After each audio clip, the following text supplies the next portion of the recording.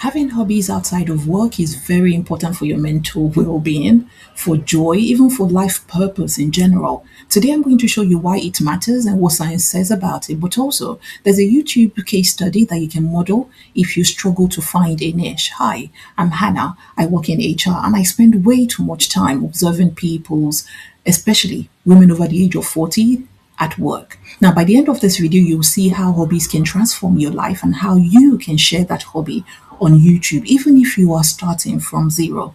Now, you might love your job, but did you know that your work alone cannot fulfill all your human needs? It pays the bills, yes. You have somewhere to go to in the morning and come back, but it's never going to be there. Not always. You might love your job, but best believe it, you will soon get tired of it. If you haven't, you will get there. Woman over 40, you might love your job, but your role could be made redundant at any point in time. By the time you get to 48, the workplace is already getting ready for you to exit.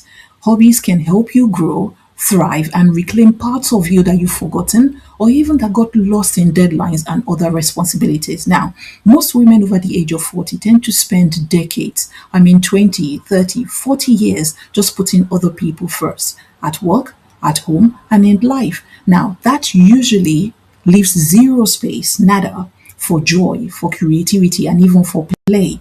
Now, you feel burnt out over the weekend. Does that sound familiar? Or even you start to define yourself by work first, not you. Somebody asks you, what do you do? And the first thing you jump at is what you do Monday to Friday.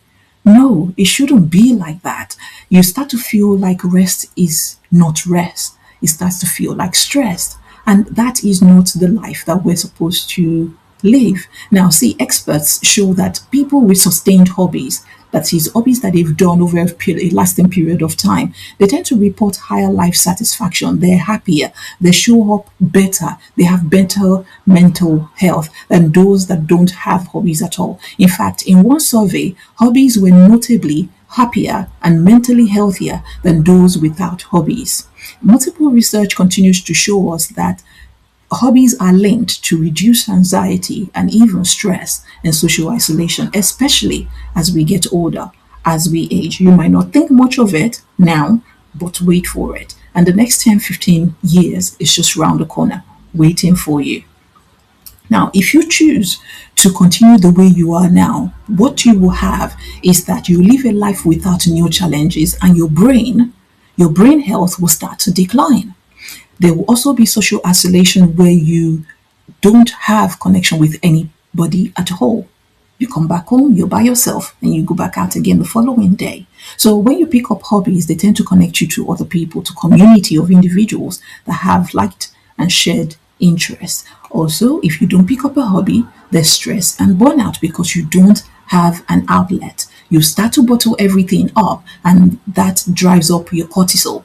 The more cortisol you have, the poorer well-being you will get. So for women over the age of 40, by this stage in life, we've earned experiences. We've got wisdom. You might not think it, but you do have it. You're wiser than somebody who's 25 years old, and you've got taste. And we may also need new ways to express that. It's not selfish. It's your survival. Your whole being depends on it. So maybe you've tried a hobby before and you dropped it. You stopped because you didn't feel good enough. And or you didn't know where to start, or you feared that it wasn't productive. But some of us are that effective in our lives and in our work that we think if it's not outcome linked, then we're not doing a good job. So that's exactly why having a framework for hobbies tends to matter. It is quite important. You can reclaim that part of you. And one practical way that you can do that is by creating around your interests, things that you enjoy, things you're good at, things you're curious about. Even if you think you don't have a niche, that is where my solution for you today comes in. That is where this video comes in. That is where this YouTube example comes in. Now, why YouTube though? YouTube tends to give you a platform to share what you've learned.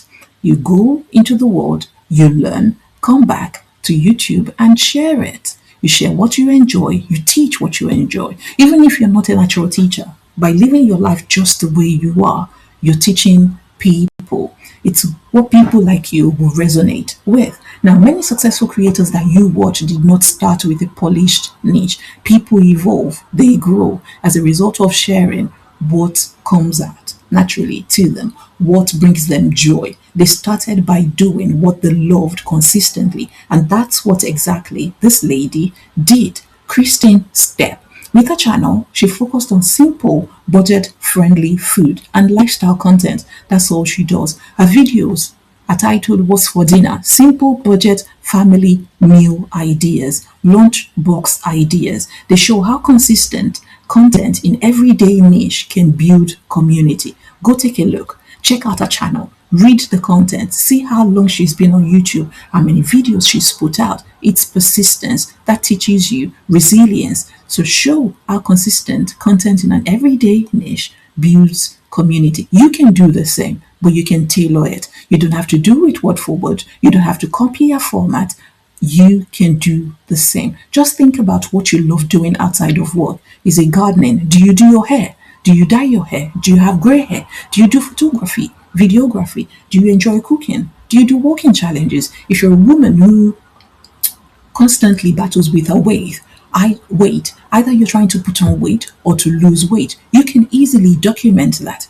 I have given examples on this channel where YouTube can stand as your accountability partner. There are people, millions of people looking for other ways, other women doing what they want to do, what you want others like might want to learn or be inspired by. What you want to share with the world. That's all it is. You don't need a perfect niche. You just need stories that you care about, things that bring you joy. If it's your life, you can feel free to document that. So why not pick 3 hobbies that you want to explore? Have you ever even thought about hobbies before?